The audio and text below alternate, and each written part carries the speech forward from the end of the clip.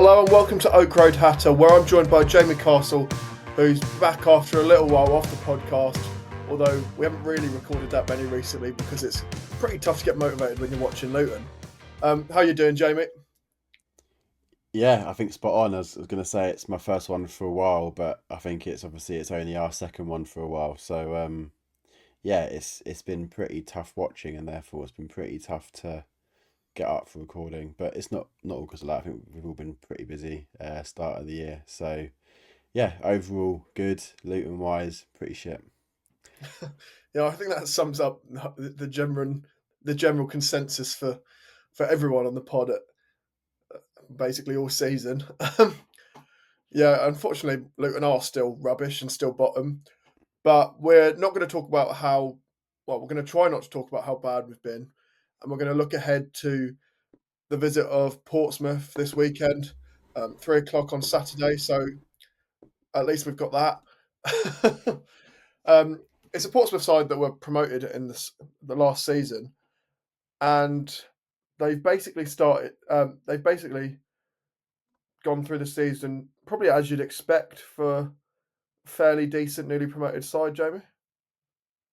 Yeah, I think they've had spells in terms of spells of being pretty good, spells of being pretty bad. I think they're in a pretty good spell right now. Obviously they've won the last three, albeit been a fairly straightforward fixture list. I mean they beat QPR at home last time out, but then before that was Oxford and Cardiff. But yeah, I mean I think they're close to safety, which I think would be job done as far as Mourinho is concerned. Probably actually if they beat us on the weekend, that they'd probably actually say 42 points. That's enough. So yeah, I think overall been fairly impressed with how they've done this season. Like most promoted sides, probably better at home than they are away, which you'd expect. I mean, I think we went through that sort of spell before. If a team goes up a level, I guess the cliche is that they always rely on their home form to try and get the points that they need to stay up, and I think they've certainly done that. So yeah, I've been impressed with them. I think they've had a decent January as well, just to sort of give their squad a bit of a refresh. They've welcomed a few players back from injury in terms of well, not or injury in Bishop's respect, but um, yeah, I think they're probably struggling actually little bit now for injury as well. I think Lang's out for the season, which quite clearly is a pretty big blow for them as one of their key players. Freddie Potts is obviously a midfielder that I like a lot and was one that I probably would have looked at bringing in the summer. Um, so yeah, I think a Pompey team that probably will be a sort of a team at this level for next season as well.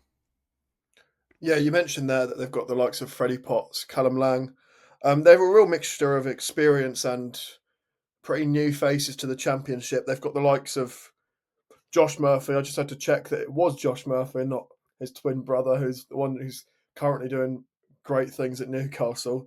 They brought in Isaac Hayden in January, which for me is a very good loan signing for a newly promoted side. You mentioned obviously Colby Bishop had quite a long spell out at the start of the season, and he's done well to come into the side. Now he's able to play, and he's scored five already. So it's pretty impressive from his point of view.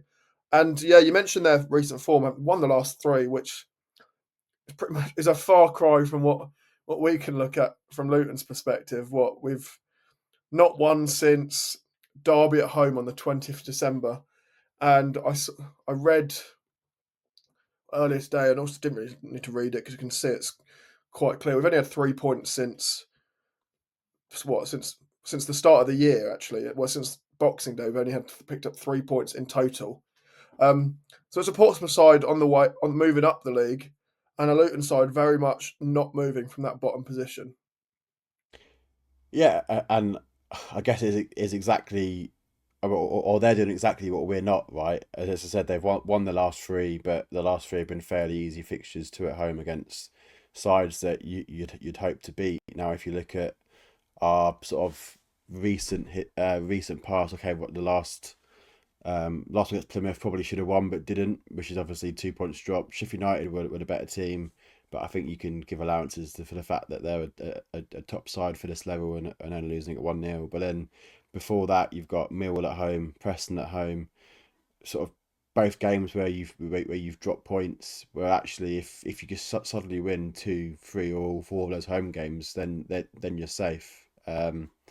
So I think that's probably been the frustration in terms of a had we pulled the trigger earlier on, Edwards would we have sort of got to grips in time to go through that one of fixtures that we identified sort of back end of December towards the first part of January. We were sat there saying that the fixture list coming up now is nice in terms of these are the games where you can really get some points, especially at home against your Millwall, Preston, Plymouth, etc. But we've come through that spell in pretty dire shape, 5 points adrift. And yeah, I think really struggling to sort of see where you can get points from at the minute. That being said, I mean, Pompey have won the last 3, right? So it just shows how it can change. Okay, Pompey's form before that wasn't exactly winless in 12, but I think they were winless in 4, and they were getting a few wins here and there. But suddenly they win 3 in a row, get 9 points to shoot them up the table, and they're now probably 1 or 2 wins away from safety. So you just hope that. I mean, again, we don't want these pods to be always negative and down and depressing about, oh, where are we going to get our next win from? Well, I think as fans we need to really think, well, it's Saturday now, and get behind them, because if we do manage to get a win, first win in 13 for us on Saturday, then suddenly that puts us on, I think, 31 points. We're 28 right now, aren't we? I think so. That would put us on 31 points.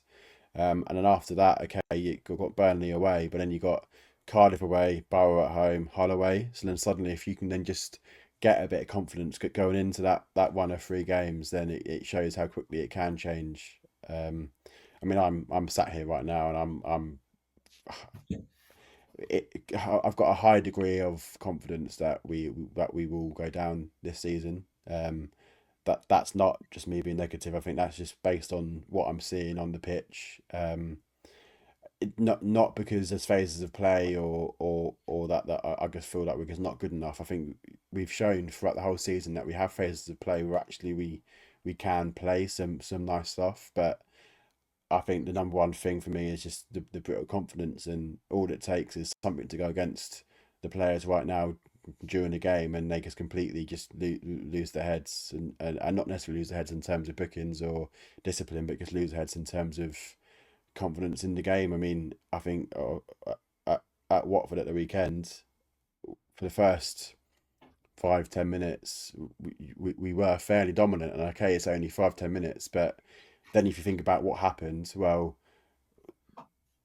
the tackle on Nordas wasn't given as a red, and that's obviously debatable, yellow or red, but that's one thing that goes against us. I think it's probably a 50-50 call.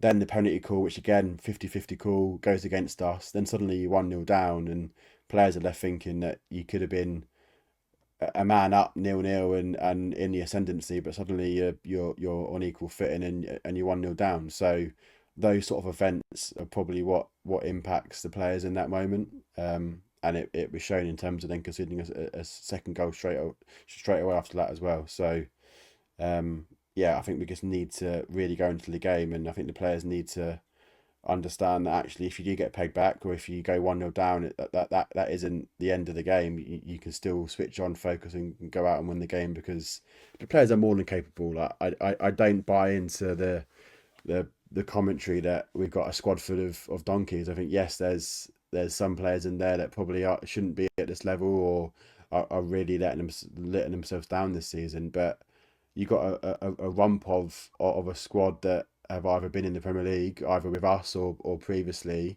or sort of promising youngsters, or experience at this level, and stuff. So you've got players that should be definitely playing above 28 points after 35 or whatever games it's been. Like the players aren't that bad to be at that level. So there's definitely more at play than just the players being shit. Yeah, you mentioned there we've got a squad with a you called it a rump, which was I thought was quite unusual, but we'll go with that term. I'd say core of fairly good players. They are fairly good players. They're pretty good players when they're playing well. I mean, they played in the Premier League, a large part of them, but all of them are out of form, and basically all of them have no confidence, or or the collective are just not gelling. I don't know. It's hard to say what it is really. Um, you look at the players we were missing at Watford, the Mark McGuinness and Cal Naismith in particular, and they are two players that have stepped up recently. McGuinness, I think, for me, has probably been the player of the season following his bad start. Really, since then, I think he's kicked on, and if he didn't have what such a constantly changing defence around him and such an inconsistent team, then we'd probably be fairly safe if we had a team of players that had been playing like him, or at least a defence. And then Naismith's come in and shown actually we have got a leader and it's him, not the captains we've had for the rest of the season. So I think with those two players in the side, we are significantly better. Um, you'd like to think that at least one of them will be back for the weekend. Hopefully, both of them, because if they're not, you'd worry about how we'll line up and what we might offer. But I guess that the one positive, if you can call it that we can take from that Watford game is Christ Makozo's second half performance. Yeah, 100%. I agree with you completely in terms of Naismith and McGuinness being a big miss. I agree that I think McGuinness, for some of his critics throughout the season, has probably been one of our best players. I think some of his issues are probably caused by the weaknesses around him. Um, and I think for me, if we have both of them in the squad or in the 11 at Watford, I truly don't think that first half happens in terms of first the penalty, because you've got McGuinness and Naismith there rather than Anderson. And then second, the sort of the goal after that where Anderson just gets turned on the halfway line, and yeah, I mean, I'm pretty sure McNulty could turn faster than Anderson. So just having those two players back in the squad would be massive. Naismith, okay, only played I think 3 games for us so far, but in each of the three he looked pretty good, and he certainly sort of added to the strength of that back three. So yeah, I would definitely have them back in if they're fit, and then in terms of to go with them, if we stick with this back three, back five, then I think you've got to now start looking to the future in terms of Picasso. Obviously, you've got Reece Burks out injured still. Lockyer's out injured. Obviously, he's had other issues, but it seems like it's now injury that is the main reason he's being kept out. Um, and after the performance of Anderson at the weekend, I just really can't see how you can say he should start over Mikosso. Obviously, if Naismith and McGuinness is fit, then you're left with little choice. But if if they are fit, then yeah, I can't see him being in the squad, to be honest. So yeah, I just hope that we can get some players back fit, because if we don't, then it could be a difficult weekend. Yeah. Yeah, I can see what you're trying to say there, Jamie, but I think you still need to push that positivity a bit more to Yeah. actually hear it. Um, Yeah.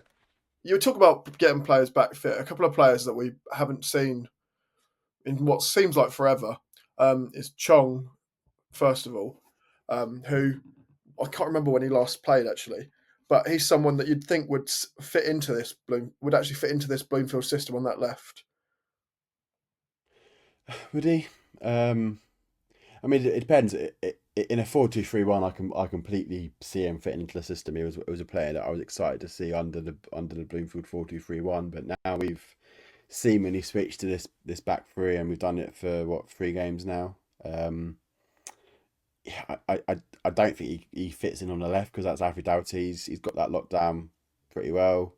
On the right, then I'd say the same for Jones. Really, I think Jones has had a couple of off games, but I think overall he's been been solid, and I think he was probably our man of the match if we could give one at the weekend. So then the only position that really he could fit in is maybe that number 10 in front of the midfield too. But for me, I think Asgard has locked that role down really. Not because he's necessarily provided any or sort of any more attacking threat than Chong does. I mean, okay, I think lots could be said about Chong's lack of goals and assists, but he's always looked positive going forward in transition. But I guess for Asgard just fits that midfield three a lot better, and I feel like there's a lot less work on the midfield two behind him than if Chong was there. I think Chong's a bit more of a luxury player, a more sort of free spirit, if you will. And I just think for the time being, if we are to stick with this back three, I just can't see him actually coming in. Now, if Bloomfield wants to revert to a 4-2-3-1, then I think absolutely I can see him fitting on that wide left. So it'd be really interesting to see what Matt does at the weekend, because I feel like he switched to a back three to try and maybe match up Sheffield United a few times, because not necessarily because they play back three, but just in terms of the sort of the man to man marking. And then it sort of made sense to stick with it for Plymouth, because they are a back three, and I think we matched them up man for man. And then to go to Watford, I think he just kept the same, because the previous two games it worked quite well. Now looking to Pompey, they were 4-2-3-1. I'll be intrigued to see whether he sticks with the back three or maybe goes back to the back four that was ultimately his sort of first, what it seems like his first choice when he came to the club. I think for me, I'd like to see him go back to that 4-2-3-1. We are terrible in front of goal at the minute, and that system for me gives him some more attacking output, getting the wide players higher up the pitch constantly, and also Asgard getting him closer to the striker. I think for me, we would probably have a better attacking output if we did that, which isn't saying much because we have been. I don't know what's happened, because we are just terrible in front of goal at the moment. Whereas you compare that to last season where we couldn't defend at all, and granted we still can't defend, but we were scoring so many goals, and this season we're barely scoring any goals. Yeah, um, I do think the patterns of play have been better with the back three. I do think on the ball and in transition, especially with a group of players that are so brittle right now, I have quite liked the back three. But I think you're right. I mean, I think it sort of speaks for itself in terms of our attacking output under that back three. I think we've created chances. To be fair, I think we definitely should have scored a goal or two against Sheffield United. Definitely should have beat Plymouth. But I think fundamentally we've now had 3 games where we scored 1 goal with the back three. So potentially going back to the back four might make sense. But then that being said, then you've got a centre forward to miss out, and I think not only was it a defensive reason he went back to the back three, I think it was also because he could get 2 strikers on the pitch, and Nordas isn't really actually got many minutes. I know he started the last 2, but he obviously came up at half time at the weekend, and before that, I think he was at 60 minutes, so he's not really had chance to really get into the game. But from what I've seen, I've quite liked him. And yeah, I can't see Morris actually being dropped, other than it be rotation for Eli. So I do think he will stick with that back three just for now, just because I think just for that reason, just to get 2 forwards on the pitch, even though it quite clearly so far hasn't worked. You mentioned Morris and Nordas there, and that brings me on to what I was going to ask about next, because if we were going to go to a 4-2-3-1, for me, I think Morris has to be dropped because his performances have been absolutely nowhere near what we know he's capable of. It's been mentioned quite a lot by a lot of different fans, but the way he's been moaning on the pitch when decisions aren't going his way is just driven me mad. And it just seems to waste so much time and energy when he could be getting himself higher up the pitch into goal scoring positions. And I think you're right about Nordas. Whilst he has had limited minutes, I think when he has been on the pitch, he's shown positive signs. I think look at the very early stages of the game against Watford, that run he went on after what was very good control of the ball and being able to knock it past the defender. for me was really good. And it was the way when you look at him and how he's built, and you think he won't be quick at all, but he's actually got. I wouldn't Mm. say he's quick, but he's mobile and he's got a very good first touch, in my opinion. I think he's been actually offering more than any of our other strikers recently. And an even set piece threat as well. I think if you look at Morris and Eli, I think I can't think of Eli ever scoring from a corner. For firstly, I can't even think of the last time he got first contact from a corner. I think just shows Eli's little set piece threat. Then Morris is better. I think he finds the positions well. But then, based on what I've seen so far on Nordas, I'm pretty sure the first corner we had against Plymouth, he was on the end of it and it just went over the top. So again, I think we're a side this season that has benefited from set pieces overall. I think our ratio of set piece goals is fairly high in terms of the level. Um, so yeah, I would absolutely start Nordas. I'd drop Morris. I disagree that he should be captain. I think Eli just looks absolutely shot to pieces right now, and I think summed it up at the weekend with that dodgy touch. It was right in front of the away end, and I can hear from here in terms of the hounding he got after a pretty shit touch when he was in a really good position.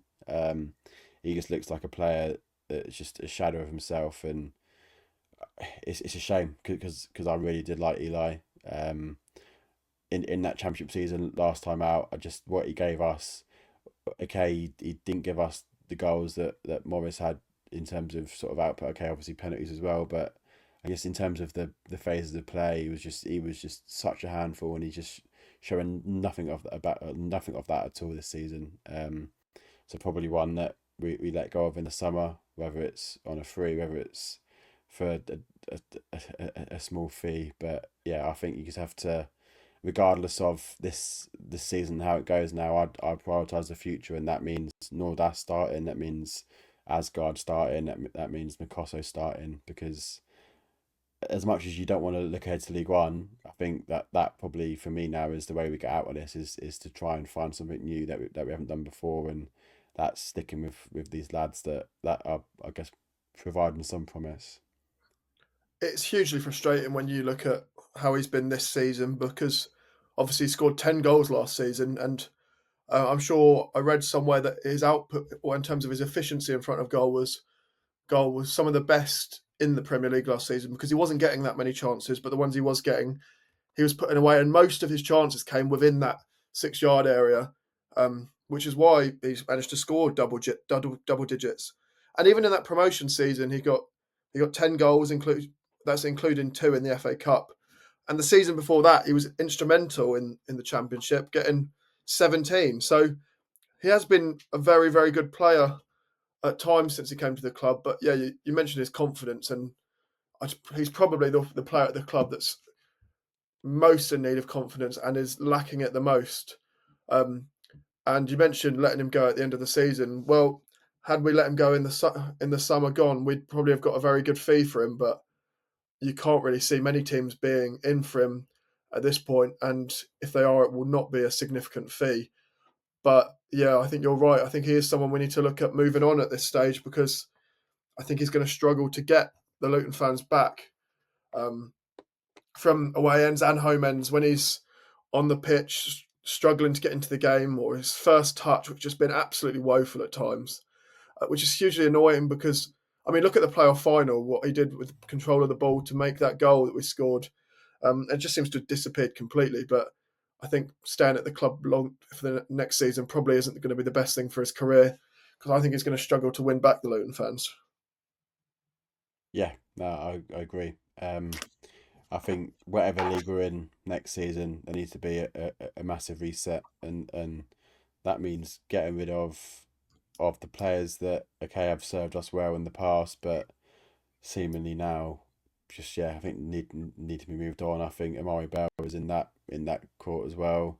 For me, Carlton as well. The Canberra probably. I think if we were in League One, obviously he'd be a great player in League One, but I just think based on injury record, and I think in terms of, I just feel like he's physically he's lost a few yards now as well. So there are some players that I think we'd move on in the summer. We now need to build around this new crop of players like Asgard, Nordas, Jones, Mikosso, Fan, and that's the thing. Like at the weekend, I think I would definitely start Van Darbo over Nakamba. I think if we can just get back to the system with Naismith and Anderson in the back three, if we can get Mikosso in the back three as well, and then get Fan and Walsh in the midfield with Asgard, with then Nordas up top, I just feel like that gives us so much more energy.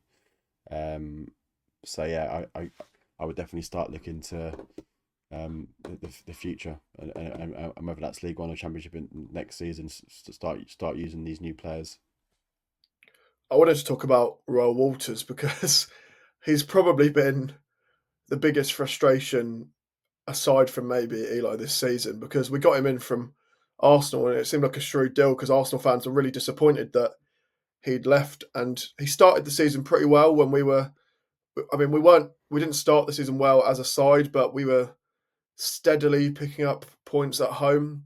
Obviously, it's all gone downhill since then, but I think as we've got worse, he in particular, his form has sort of dropped off a cliff really, and I think his age has probably got something to do with that and his lack of experience, because before this season he'd never really played senior football and he's been thrown into a relegation battling team in that that right centre back position.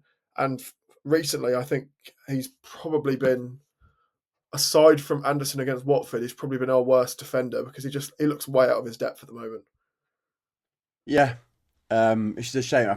I agree. He was one of the signings of the summer that I was really excited by.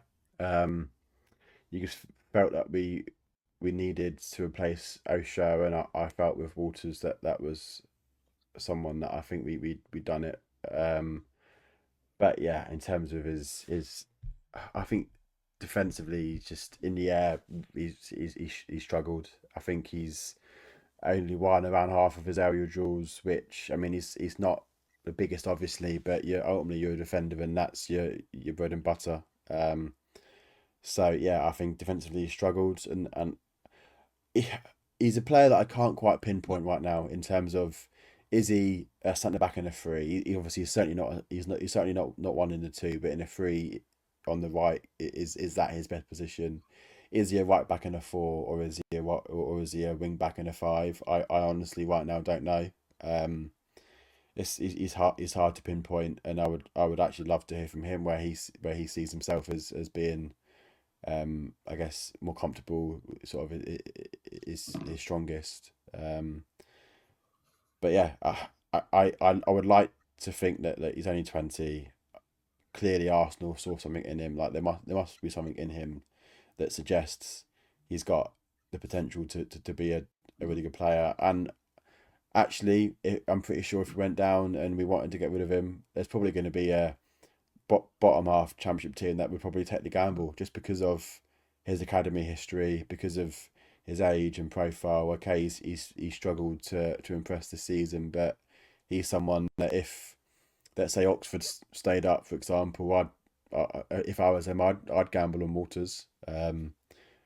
So yeah, he's someone that I really hope that, okay, that let's go into the summer. Let's write this season off. Let's give him a fresh start, because in a team that performs well, and in a team where he can grow confidence, I just hope that he can really show the ability that he has. And look, going into League One next season, if that is our fate and he sticks around, he could be a really big part of what hopefully will be a promotion season for us, in terms of, if we can build a solid back four. We have Walters at right back. We get McGuinness in the back four next to Mikosso, let's say, and they form a really good partnership.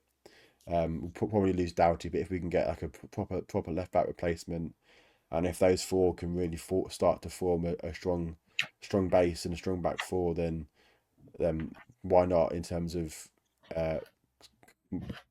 going into League One and get promotion, and hopefully Walters can start to show his best. But yeah, I agree. I think he's a player that has really struggled so far this season.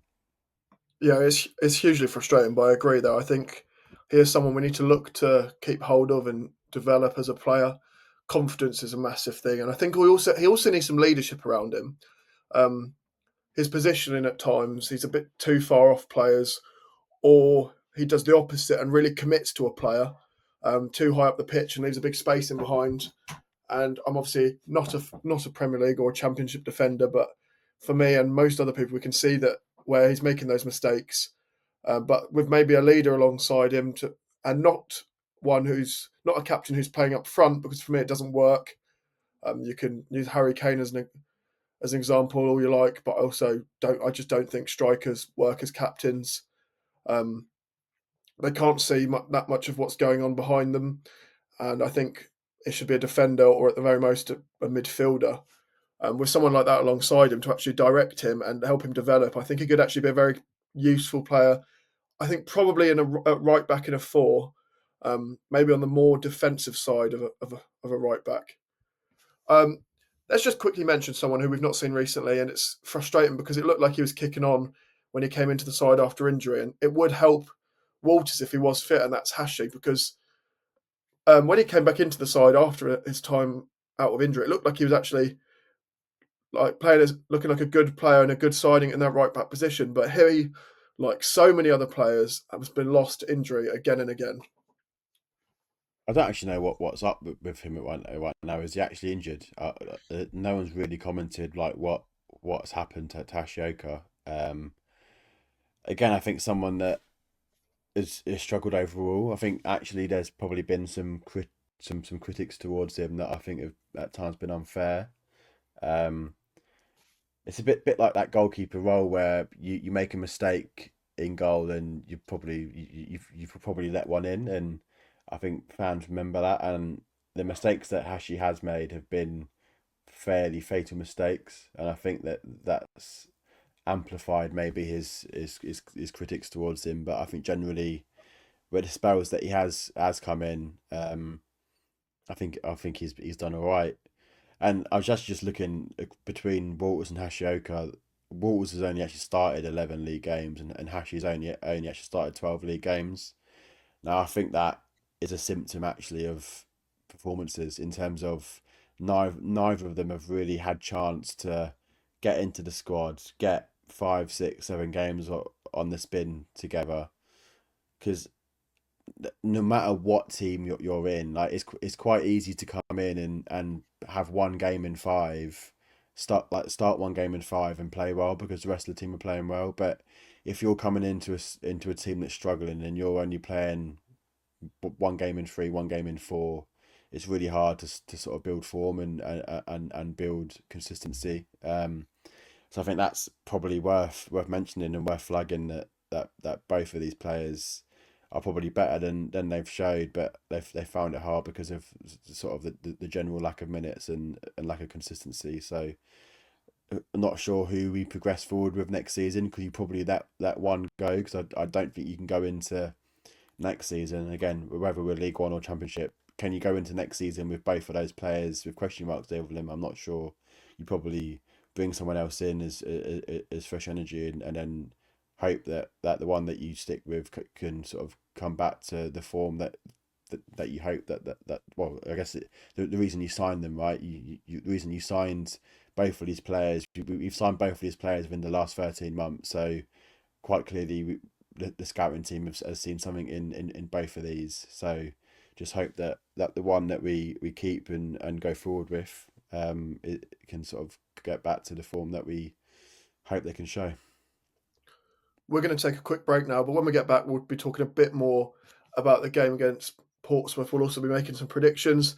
Before we go, don't forget to check us out on socials. That's at Oak Road Hatter on all your social media platforms, whether that's Twitter or X, Instagram, Facebook, or even TikTok, actually, which we haven't posted on in a while, but I'm sure if we win a game, there might be something on there. It's a big if, but we'll be talking a bit more when we come back.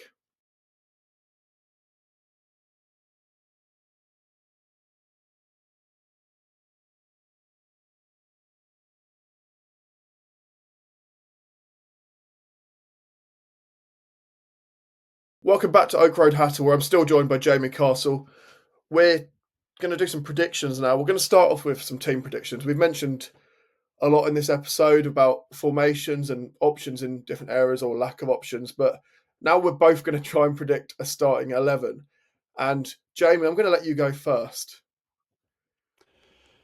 Right, so as always, it's always a case of want v predict, and I'm going on the basis that it's predict. So I'm going to go back three still. I just think we've shown enough in terms of patterns of play that I think Bloomfield will now stick with this back three for the rest of the season. The back three is tough because you don't know who's fit, and we're doing this before the press conference, which I assume is tomorrow, which is Thursday. So assuming everyone's fit, then you go Naismith, McGuinness, and Mikosso. But I think one will miss out, so it's going to be Bell on the left, the one that's fit in McGuinness and Naismith in the middle, and then Mikosso on the right is my back three prediction. Wing backs pick themselves, Doughty and Jones. Midfield three, I think Walsh is played really well, and I think he's probably one of the first names in that midfield now. Alongside him, I don't know what's up with Nakamba, whether he was injured or not, but if he's not, then him. If he is injured, then I think it's got to be Darbo, right? Because I don't think we've really got an out-and-out defensive midfield other than Nakamba and Darbo. And I think it would be a big call to have a midfield three of, let's say, Clark, Walsh and Asgard. So I'm going to go Darbo, Walsh and Asgard as that midfield three. And then I'm going to stick with Morris and Nordas front two. I actually think Brown could probably get a shout in that front two alongside Nordas, but I can't see Bloomfield playing neither of Morris or Eli at this stage. It seems a bit of a case of insanity in terms of just picking the same players that aren't doing well, but then at the same time I just can't see either of them I can't see both of them getting dropped. So yeah, Morris and Nordas for me in that front two is my prediction, not necessarily my want to happen. I think where I'm coming from here is probably more likely to be a want than a realistic prediction, but I'm thinking / hoping we go back to a 4-2-3-1. Obviously, Kaminsky in goal.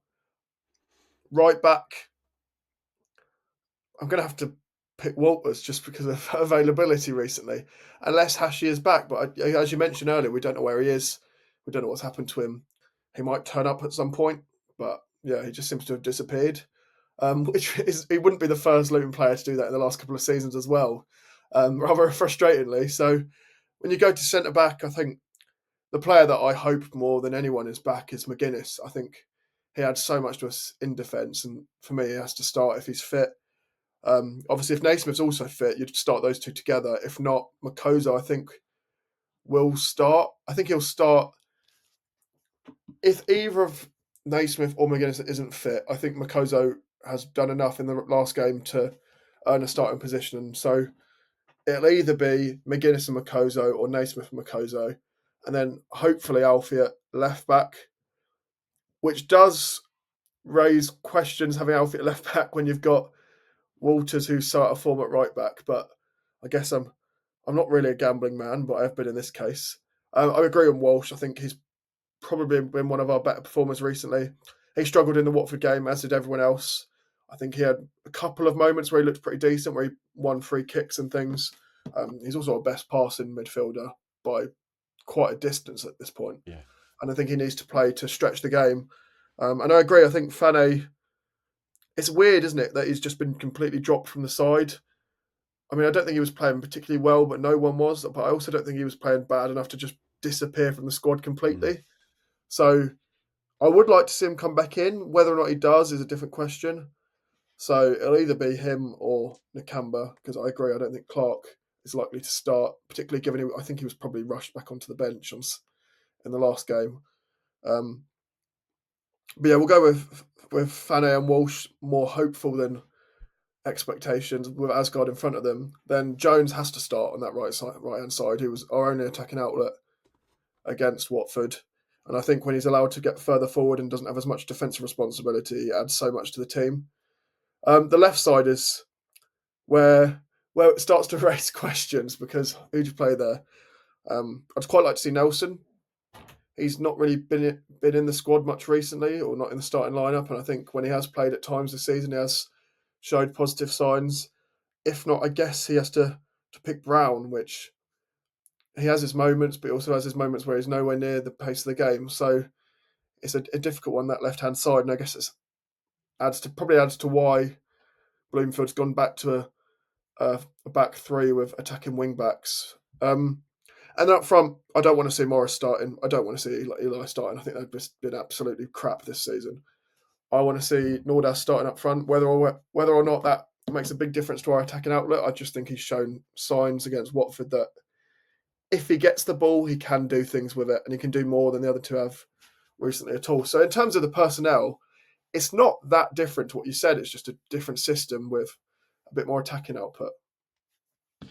Yeah, I guess a comment on terms of the 4-2-3-1. I think I was sat there as you're going through thinking about, oh, who do you put left wing? And it's crazy that, I mean, I'm thinking that you can't go back to the 4-2-3-1 now until Chong's fit.